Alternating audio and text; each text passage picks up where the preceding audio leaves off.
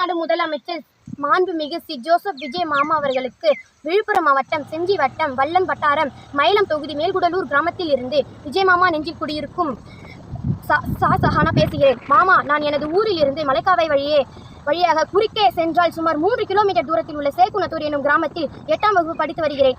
எங்கள் ஊரில் பல வருடங்களாக சாலை மிக மோசமான நிலையில் உள்ளது.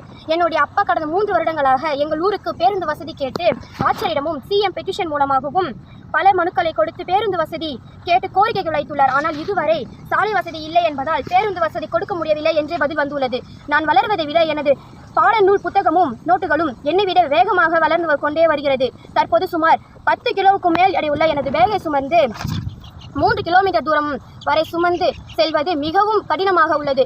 மாமா என்ன சொன்னாரு, நல்லா படிக்க சொன்னாருன்னு நேரு மாமாவை பற்றி பேசின காலம் போக எங்கள் மாமா விஜய் கையால் விருது வாங்கும் காலம் வந்திருக்கு. இதற்கு நீங்கள் தான் உதவி செய்யணும் விஜய் மாமா.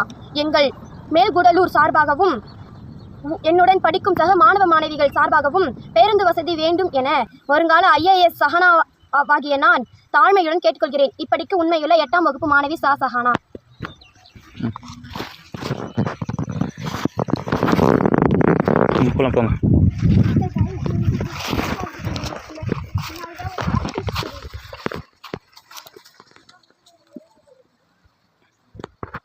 இந்த வழியாக கிட்டத்தட்ட ஒரு 20 மாணவர்களுக்கு மேலே நடந்து போயிட்டுருக்காங்க.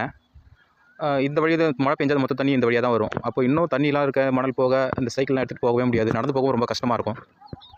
நிஜமாகவே கடந்த ஒரு 3-4 வருஷமாக ரொம்ப கஷ்டப்பட்டு இருக்காங்க மாணவர்கள். இப்போது அதுக்காக நான் நிறைய முயற்சிகள் எடுத்துருக்கிறேன். ஆனால் இது வரைக்கும் எதுவும் பலன் அடிக்கலை. சிஎம் சார் இந்த வந்திருக்கிறவர், இப்போ புதுசாக வந்திருக்கிறவர் இதுக்கான ஒரு நல்ல தீர்வு கொடுப்பாருன்னு நான் நம்புகிறேன். நன்றி, வணக்கம்.